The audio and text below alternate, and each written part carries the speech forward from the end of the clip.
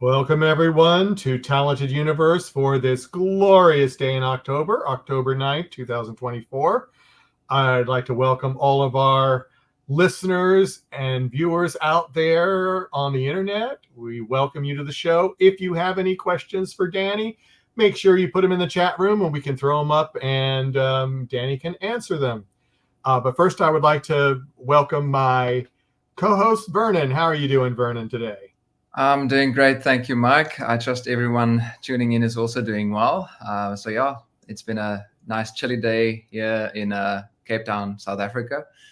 But all's well, and very excited for our chat with Danny. So do us the honors, Mike, and tell the watchers what's going what? Yeah. what's going down. Yeah, well, I would like to welcome Danny Joseph from season 26 of The Voice. Yeah. Danny, how are you doing today? Doing good, thank you. Thank you so much for having me on. Really excited. Oh, well, we're happy to have you. Thank you. Mean, you're let's see, 1, 2, 3. You're like our third guest from The Voice season 26 so far. So we're really excited. New season, new voices. Before we get started, I mean, I thought 2 seasons ago it was crazy with how many 4-chair turns there were. And I think so far they've had 4 for the episodes of the Blind Audition. I think there's more 4-chair turns than there were that season. I mean, the competition is fierce this year. Yep. Did you feeling that also? Yeah, definitely. Being there for the last few weeks, I think, there's a lot of very unique artists that have auditioned this year and very unique voices. Some of the best singers I think I've ever heard in my life. It's crazy staying in the hotel and as you walk down the hallway, you hear them just coming out the walls. So it can be pretty intimidating as well, but it's a lot of fun, So yeah, I agree with you. I think there's a lot of amazing singers this year, and I think that's reflected in the coaches turning. They want them on their teams. Well, yeah, and they did, and I mean, and then that new thing with the now I forget what they call it. The block. No, not the block. The one when the replay when they don't get a chair turn and then a coach regrets not turning. I just think that changed everything this season, I think. Definitely. Yeah. I think because I've seen it previous seasons that they do regret. They go, I should have turned. Why didn't I turn? And now they have a chance to redeem themselves. Right. Yeah. But I'll go ahead and let Vernon ask a question. Then I'm going to go to the chat room. So yeah. No, Danny. First of all, I briefly told you before we came on, but I'm a fan. Of what I've heard so far. I've only heard one song, but I can already tell that you got the music inside of you, sir. And thank you. Yeah, it's just such a just a partner of yours, and you guys go well together. And I mean, I just really enjoy what you did on that specific song. And we're definitely going to get into that. But can you maybe just give us and everyone watching just a brief little introduction to yourself, and we'll obviously get more into specific topics, but just who's Danny Joseph and where you're from and all of that good stuff. Yeah, Danny Joseph. Yeah, I'm from London, UK. So that's where I was born and raised. And, I started playing guitar when I was 7 years old. My dad plays guitar. And when I was a little kid, I tried to pick up his guitar, but my hands were too small, probably about this big. So he got me a small guitar the Christmas of 1994. That's when I picked it up. And I remember the first thing I picked out by ear was the James Bond theme tune. And then he taught me Ray Charles, What I'd Say. And then from there, I was just hooked, and from an early age. Back then, there wasn't social media. There wasn't the internet. There was only 4 channels on television. So there wasn't as much things to do in the 90s for a kid. I wasn't so big into video games. So for me, it was playing guitar and picking stuff up by ear, So that's kind of my musical background. I started playing guitar and, as I got older, started to write songs and record them. And naturally, when you start recording your voice, the first thing I was like, wow, I sound terrible. So, Yeah. and I feel that. I feel that. yeah, I still feel that now, you know. And I remember it Mhm. would take hours to get one phrase in tune, you know, on a recording. Yeah. And I just felt, you know, I don't have a talent for this, man. I'm just a guitar player and I can write songs and, you know, play bass and a bit of piano. And it was mainly out of the desire of singing my own songs that I recorded my voice more and more, that I learned how much I loved singing. And since then, I've never looked back. You know, I used to busk on the London Underground when I was at university for extra money, and played hundreds, I feel, of open mics and band gigs with my band. And that was back in London in the UK. So many, many years. It's just, you know, just a testament to not quitting. I think a lot of people probably Yeah. would have quit. I loved it too much to quit. And same as I moved here again, I just continued, and, you know, here I am today. And it's been 10 years in the USA. Yeah, it's a little over 9 years now. So yeah, nearly 10 years. So yeah, Okay. it's been great. And you still obviously have family back in the UK that you visit from time to time? Yeah, I have my parents there who we visit. We have 3 kids now, so it's a little more difficult to travel back and forth as much as we used to. But it's, you know, they come here and we go there at least once or twice a year. Amazing. And who were some of those musical inspirations that, like you said, you picked up the guitar at 7, but did you have specific references that you said, okay, I want to emulate this person, Right. or I like the sound of this band? Yeah, I think the first thing I ever was exposed to was the Beatles. My dad bought me some of the tapes back then, and I was, you know, hooked. The songwriting was amazing, and even as a kid, it resonated with my ear. So that was the first thing I ever kind of fell in love with musically. Guitar wise, it was probably Carlos Santana. That was the first guitar player. I was 12 years old when the album Supernatural came out, and that album kind of reignited and revived his career. So I remember playing along by ear, picking up all those licks. And there was a point when I was 12, 13 years old, I was able to literally play every lick on that album just by ear. Nice. So he was my first inspiration. And then, you know, as I kept playing, it kind of went into the heavy metal kind of side of things when I was probably 13, 14, 15, the Metallica and the Megadeth and the Yngwie Malmsteen, the shredding. And then as I kind of got older, you know, late teens, early 20s, it was more into the blues. You know, you're kind of the Stevie Ray Vaughns and the Albert Kings, the Freddie Kings, and those guys. And, you know, I think a lot of times you find your own sound by trying to emulate someone else and failing. And I think it's just, as musicians, we are a sponge for everything we've ever listened to. And it just comes out in its own unique way. And probably people can hear, oh, he sounds a bit like this or a bit like that. And it's just, you know, you're a combination of your influences. Yeah, absolutely. And how cool is it that all of those different phases that you go through, like you say, at a certain stage it was heavy metal, at a certain stage it was blues. How cool is it that all of those things then come together, like you say, and then it makes your unique sound. You bring all of those together. Exactly. Yeah. And I think it's one of those things, being a musician, you know, you shouldn't overthink too much. Just let music fill your subconscious. And as I've gotten older, I've learned to appreciate all genres of music, because there's something we can take from everything, you know, and kind of pull it out of our own creativity. And yeah, as I've gotten older, I've definitely gotten a broader appreciation of music. Amazing. Let me go to some of the questions. You answered a couple of these, and I'm sure they're going to go. But let me just start with one of the ARC-54's first thing. Says, Danny, I really love the sound of your voice. You're able to bring the dirty sound to down and dirty blues, and it's wonderful. Thank you. And her follow-up was, is what artist influenced you? You kind of said that, but then ARC-54 says, I hear a lot of Sam Cooke and even Chris Stapleton, amongst others. Yeah, I mean, I have a few Sam Cooke songs in my set. I have one or two Chris Stapleton songs in my set.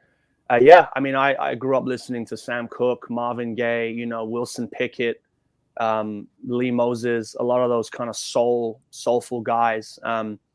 And, you know, yeah, I love them, especially the live stuff from Sam Cooke. You know, the recordings, I don't think even show how good his voice was. When you actually do a deep dive on some of his his live recordings from the 60s. I mean, he was an incredible singer, an incredible writer, and it's just a shame he didn't live long enough, because, like, I really would love to have seen what he would have continued to create if he had lived longer. Yeah. And Aisha, she is actually in the UK. Oh, nice. She says, have you ever listened to or even enjoyed J-pop or K-pop? I mean, yeah, I have listened to it, being the age I am, 37, it's probably not something that I come into contact a lot. My eldest son is 6, so he's still not really at the age where he's interested into music so much. But I have seen it before. I can appreciate everything. I'm sure, that I know, like, it's become very successful worldwide, and it kind of reminds me a little bit of the Spice Girls in the UK, where they just had very catchy songs, and ultimately it's all about the songs. So I'm sure K-pop and J-pop has songs that are catchy, that speak to millions and billions of people. So yeah, I can appreciate anything and everything at this stage of my life.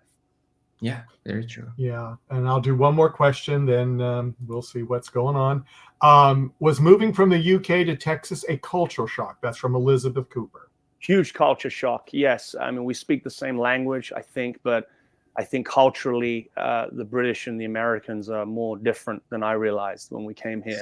The Americans don't tend to get sarcasm like us Brits do. So I've gotten myself into trouble a lot, cracking a joke, and the other person has thought that I was being serious, but I was 100% joking. But now that I've been here so long, I feel it's, I've kind of blended in more, I think. Now people say I don't sound British anymore. They think I'm Australian because my accent's probably a transatlantic kind of thing. I would agree with that. Yeah. I was gonna. That was one of my questions I was seeing you guys. Yeah. So yeah, because I don't hear the British. I hear, and I was thinking, what is that? And I go, it does sound like Australian. Yeah. Yeah. I mean, Australians will sound more like that. Everything kind of goes a little bit, but it depends. But an Australian would definitely say I don't sound Australian. But it's interesting. For some reason, that's the first thing people think here. I think because the notion of English accents is kind of warped by shows like Downton Abbey. Nobody sounds like that in England, especially not. Nobody talks like that in London. Yeah. So I think that's the perspective of the English accent. So, but I know mine has now kind of. Well, because I mean, you sound, one of our other co-hosts for one of our other shows is in Australia, right? In Perth, and so I now when that registered, I go, that is what it is. Yeah, there we go. Now I'm getting the echo again. Right. Okay. There we go. But that's what it is. So culture. Sound like he does. Yeah. I think the distances between places is a big thing. In London, you can walk everywhere, get on public transport, and pretty much go anywhere. But over here, it's a short journey is 30 minutes, whereas in the UK, that's a long drive. So yeah, definitely very different. Especially when you were in Los Angeles, that's even more. Oh yeah. A short drive is 2 miles is 30 minutes. So, yeah. Mm-hmm. And that can be the same thing in DC too. So yep, it can be. Yeah, that's usually why if I'm going downtown, I take the subway. So, right. Yeah, but you just get used to what you're used to. So yeah. Let me grab one more question. This is basically a statement. Elizabeth Cooper says, I got a chance to hear your cover of Patsy Cline's Crazy. I'm very picky when someone else does it, but I loved how you rearranged it. On that note, as a 13-year-old, what made you want to sing, songwrite, and produce your own work? Well, I want to say thank you so much for taking the time to listen to that recording. I played that song live in my set now for a couple of years. Always loved that song. We kind of do it in a kind of more bluesy rock and roll way, maybe a little bit faster. So I appreciate the compliments. And to address the second point, as a 13-year-old, I bought my parents bought me a very little kind of 8-track recorder, digital thing, and it was on a zip disk back then. Back in the zip drives. Zip drive, yeah. I've got one in the other room. I'd hate to admit it, but yeah. So that was back in the year 2000, and it was just more out of interest. I had these songs in my head and I wanted to put them down. And, you'd put a guitar down. They had a built-in drum machine into it, and then an effect on there which could make the bass sound like a guitar. Sorry, the guitar sound like a bass. And then I'd add my vocals and backing vocals and some keys. I never thought about being a producer or anything like that. It was just a way of getting the ideas out of your head onto something and be able to hear it back. So for me, even as a kid, that was just an amazing thing that, something in your mind that you can conceive, you can put it into something and hear it back at you. And I never lost that love. That's 13 years. I was 13 years old, and, over 20 years later, I'm still doing it. Yeah. Okay. I also think it's one of the coolest things, just being able to create. I think we were made to also keep on creating, and that's the cool thing about. I'm also dabbling in production for the last 4 years, and just to have this opportunity, and it's obviously come a very, very long way since then, like you said. But to have opportunity to assemble different sounds, whether it is like sample based or just organic, instruments that you're playing in. It's so cool to assemble that, and it's become a lot more mainstream. So there's so many bedroom studios, a lot more people that can, at least at the very bottom end of it, just get ideas out to the next person that can maybe help them in the chain. So that's also such a cool thing. I think it's the future, because studio time is so expensive. It is. And every time I went into a studio, I felt rushed. You were rushed to get the vocals down at the end. The vocals were done last. And there was one time, me and my dad went to the kind of north of England to studio time for a week. We finished 5 songs, and literally I had a 1-hour window at the end to smash out the vocals for 5 songs. My voice felt terrible. There was allergies, whatever. And that's it. So I took it home and redid the vocals at home. And then, mixing costs a lot of money, sending it to a mix engineer. So I just was like, what, from a financial standpoint, I'd rather invest in the gear myself and learn how to do it. And, it's a long learning curve, and I'm still learning, but it gives you a kind of freedom. It's very liberating to know that you can finish something that you hear in your head without having to spend thousands of dollars on it. Yeah. And like you said, being on the spot, because now you time bound and you're like, okay, I have to get this done rather than get it proper. Right. So it's to have that freedom is very cool. Exactly. Yeah. Do you think anything from your side, Mike? Yeah. Well, I've got some other, but I was wondering, do you think that this experience so far has helped you in your career, or can you hear me? I can hear you. Yeah. Okay, Vernon. I hear that breaking up a bit. Okay, yeah, you faded out there for a little while, Vernon, so I was wondering what was going on. But do you think that this experience so far has helped I think it's your career, breaking up a bit, Sorry, Mike, can you say it again? Yeah, I said, has this experience so far in the voice helped your carear? Learning how. I think in the meantime it probably get stable again, but I was also wondering about just did that rasp? Yeah, I think Vernon's good. Yeah. He might have to go. He might have to reboot. So let me. Yeah, that's Vernon, a new one. We don't usually have like a lagging thing or a buffering thing. Danny, I was just wondering about your tone of voice. Like, did that raspiness develop over time, or was it just straight up like when you started that was kind of how your voice came out? I think it's one of those things. It's probably a combination of the two. It's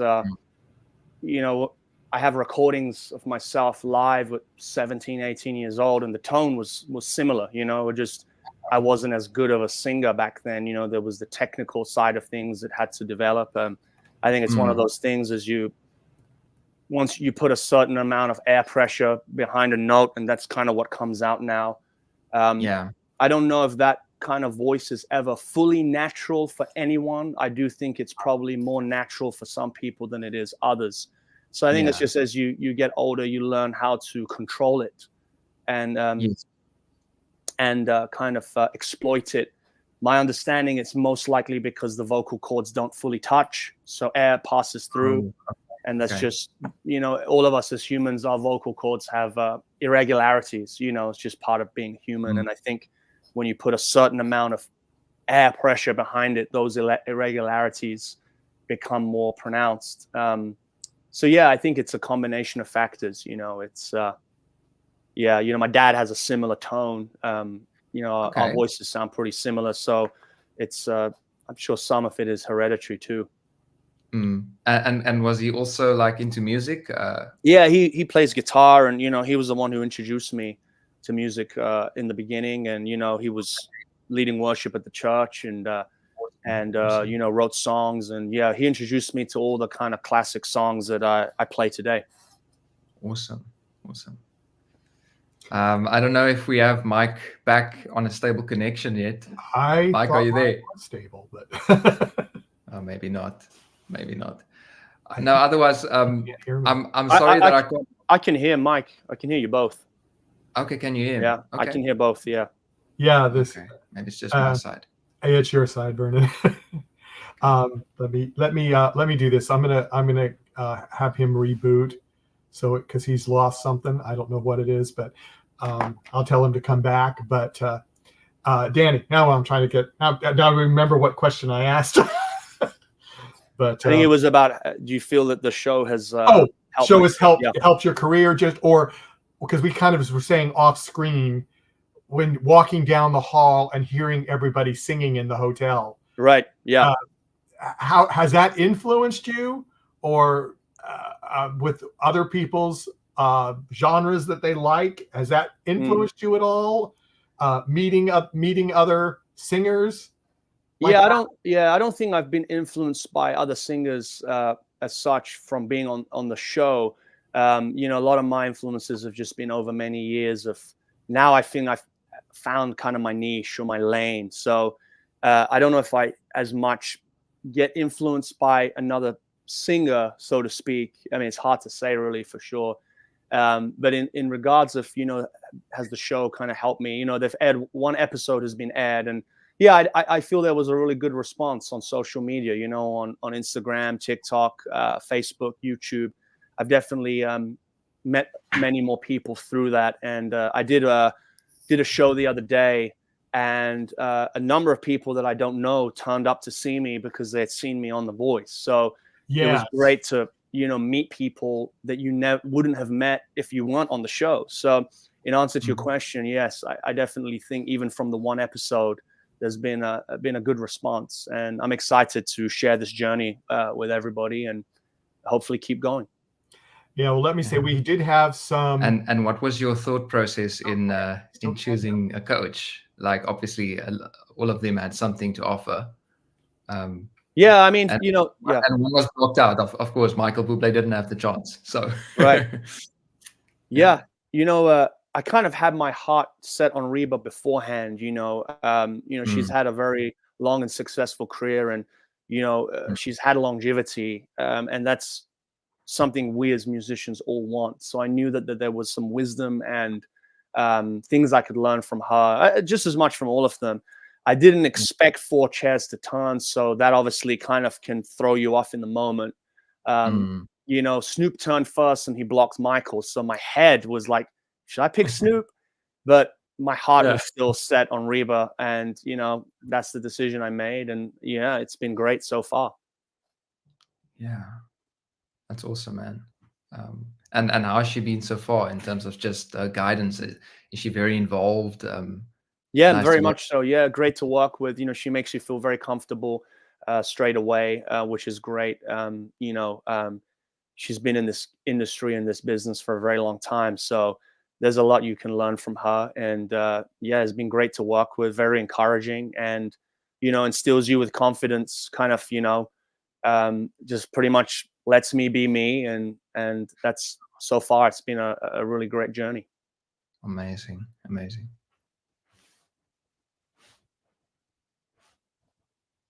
Can't hear you. Can't hear you, Michael. Now. Yeah, now I had the microphone Now, off. there you go. Now it's back on. Yeah. Can you hear me, Vernon, or no? No, he cannot. So I sent him a text message, so I don't know what's going on. But as I said, we have some likes in the chat room, and I wanted to, from Aisha Care, Tiffany Weiss, Elizabeth Olivia Cooper, and Belinda Kersey. Thank you all very much for giving us a like. We do appreciate it. If you do have any more questions out there in the chat, please post them up. Aisha does ask, do you think Buddy Holly has influenced you in any way as either a songwriter or as a singer? Awesome. And yes, those damn colonials don't get us Brits.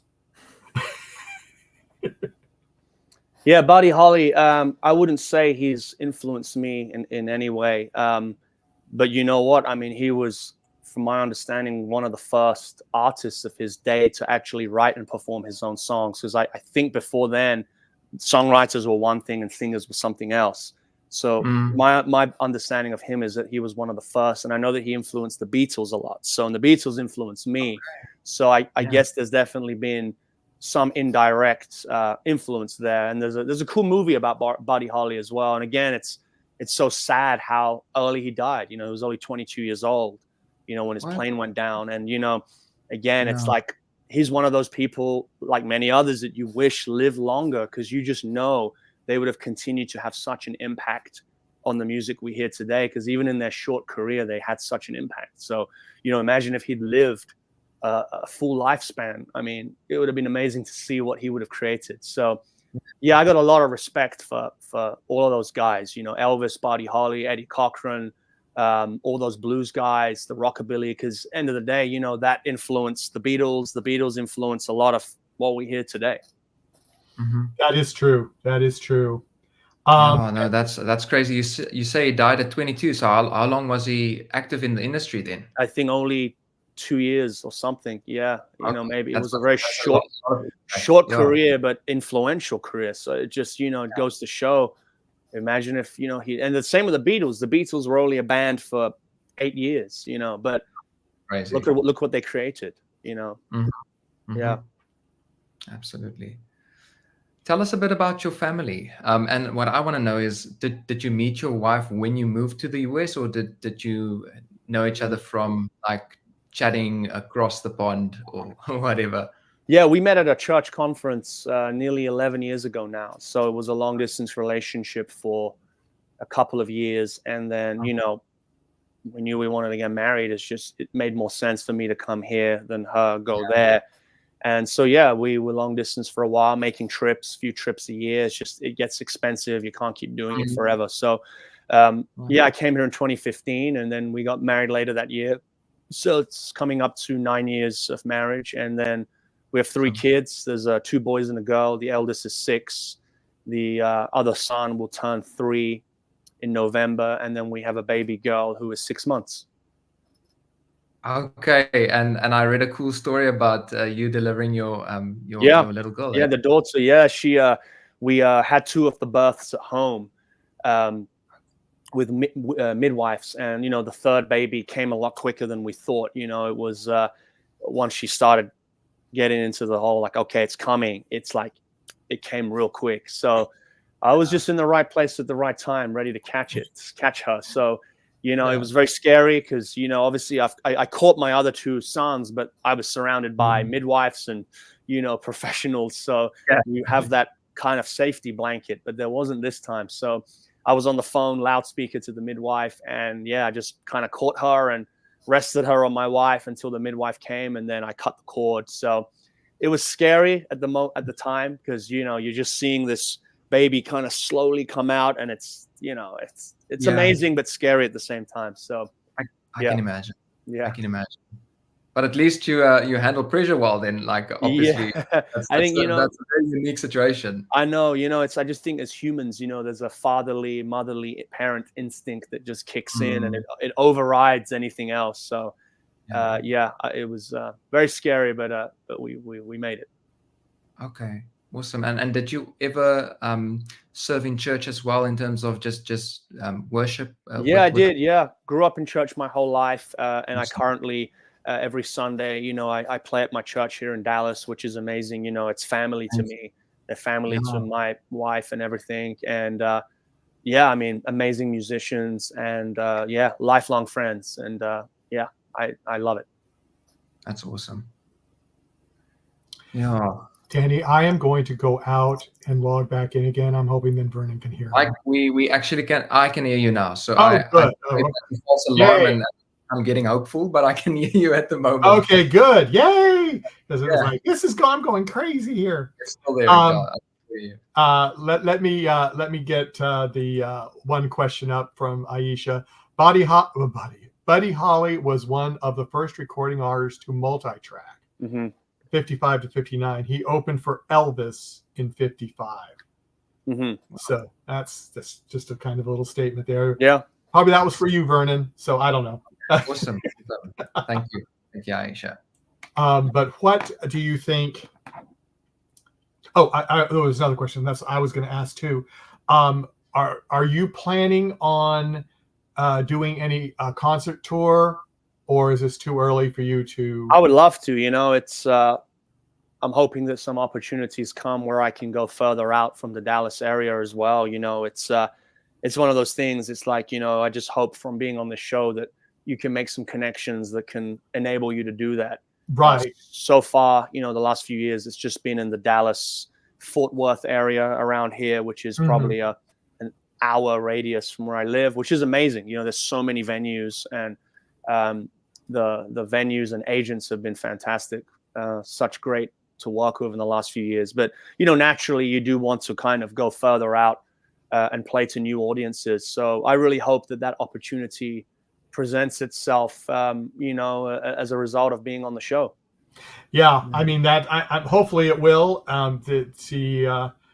It's just a matter. I've noticed some start doing it. After the show is over, they start a little They do a little tour. Sometimes with some of the other artists on the show, which is kind of cool. Yeah. But I mean, it just really all depends. But you are in a good metropolitan area. Yes. So that helps. Definitely. Some of these artists they're in a very small town in the middle of nowhere, so they don't get as many opportunities. So that's true. Yeah. No, it's been a blessing to be here, because in the UK, in London, I did hundreds of gigs, but it was very difficult because you can't gig every week because you lose the fan base, and it was kind of a pay to play thing where you had to buy tickets and sell them. But here it's not like that. Thankfully, most of the venues, they love live music here in Dallas and Texas, and they support it so well, and it's been a fantastic place. When I moved here, that wasn't even a thought in my head at all. And then I realized, wow, there's so many venues and new venues opening all the time, and a lot of booking agents who are very supportive, and working with them has been amazing. Yeah, because you used. Go Sorry, ahead, Mike. No, go ahead. No, you used to practice law as well, eh? So I practice. Yeah, I didn't practice it, but that was what I studied at university. It was, back then, being in the UK and having music as a dream. My parents were very supportive of my musical endeavors, but at the same time, they said, you should have something behind you, and the opportunity was there to go to university, so I took it. And I studied that, but I never pursued it as a career. So, I have the degree, and it's in a frame somewhere. It used to be framed in our bedroom randomly on the side. But it's maybe I'll put it up again. But yeah, it's I look back on those years, and I think I'm glad that I did it, because finish what you started. And I definitely think it taught me how to read and analyze things and kind of think things from both sides. So it definitely kind of helped develop my personality, even though it was many years ago now. I'm 37. This was age 19 to 22. Okay, awesome. Yeah, that can be a little while, but I'm sure that's going to help you when you have to look over contracts and all that. Yeah, definitely. The language is, the language in a lot of contracts is, legalese. It's a lot of kind of legal terminology that is actually very similar here as it is in the UK. So being able to understand that a little better than I did before, or it's definitely a bonus. That would be then, so you don't get right get in trouble with some contract you thought it meant something and it didn't. So, right, exactly. Yeah, so I'd still get a lawyer though. Absolutely. Yeah. Yes. But at least you can look it over first, and then right. Yeah, questions you can. I don't trust myself enough to to do what you're saying. Yeah, stop so practicing. you can look it over and yeah. Go, I don't know what this says. Yeah. I have no idea. So, Right. Yeah. Yeah. So I was going to tell people in the chat room, we got about another 5-10 minutes left. If you do have a question, please post it. If I have skipped your question, it might be because he already answered it, but I will try to go over some of the other ones. I'll have to throw this because we were talking about this. If you do any concerts, you're going to come to Britain? I think, if the opportunity arises where, I can go there and there's people coming to see you. Absolutely. I'm open to doing a show anywhere. I wouldn't just randomly kind of fly there and just hope people show up. So I think it's more like if you knew that people were actually wanting to come and see you live there, absolutely. That's my home, and I would absolutely love to do that. Played hundreds of shows there and busked on the underground probably to thousands of people in London as they walk past and they drop their spare change. So yeah, we've got a lot of love and a lot of amazing memories there. So yeah, I'd love to go back there and play. Yeah, I'm sure your fans that you might have had 10 years ago are saying, "Oh, look, he's on The Voice." Yeah, maybe if they remember me. Yeah, I didn't have the mustache or anything like that. I had short hair. So, so they wouldn't. You don't think they'd recognize you? I don't know if they'd recognize, especially with the accent now. They probably think he's someone totally different. Someone else. Yeah, for sure. Well, you never know. Yeah. Vernon, do you have any closing questions or? No, I mean, it's Danny. We just appreciate your time and really like everything that you've put in. You deserve just all of the good things. Thank you so much. Thank you. And we wish a lot more for you, man. Thank you. Yeah, I'm gonna keep my eyes fixed on just your journey on The Voice. Thank you. And then obviously onwards as well. And may you be a shining light and continue to be a shining light. Thank you. And it's just definitely that method. So I'm very much excited to hear what you have for us next. And maybe just a little one I'll throw in there is, do you have some of your materials available on streaming platforms and so on? Yeah, I do. I have a few songs I recorded and produced and mixed myself on Spotify. Hoping to release more. There's some technical problems with my studio right now that we haven't been able to figure out. So I haven't been able to release anything for a while. So I need to actually get someone to look into it. But yeah, there's a few songs I've done, kind of produced myself on Spotify and Apple Music. You just search Danny Joseph, it should come up. Awesome. And where can people catch you on social media? Instagram, Danny Joseph Official. Same thing on TikTok, Facebook. It'll be Danny Joseph Official. If you type Danny Joseph Official on Facebook, TikTok, Instagram, Facebook, I should be the first one that comes up. Just look for my picture. It's a guy with a mustache. So yeah, that's me. Yeah. Nice. And you also have your webpage, DannyJosephOfficial. Yep.com. Yeah, my webpage, which has a list of all my live shows in the area. Which is cool. So everyone, keep watching The Voice. We're all rooting for you, Danny. Thank you. Thanks so much. So I'm hoping that happens.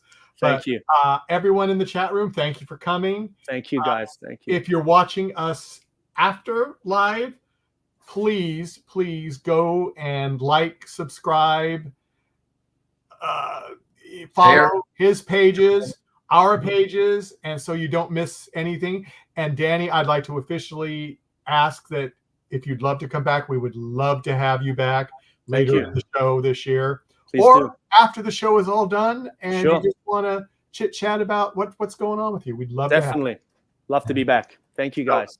Take it easy, Danny. Everyone else, on behalf of myself and Vernon, see you next time. Bye.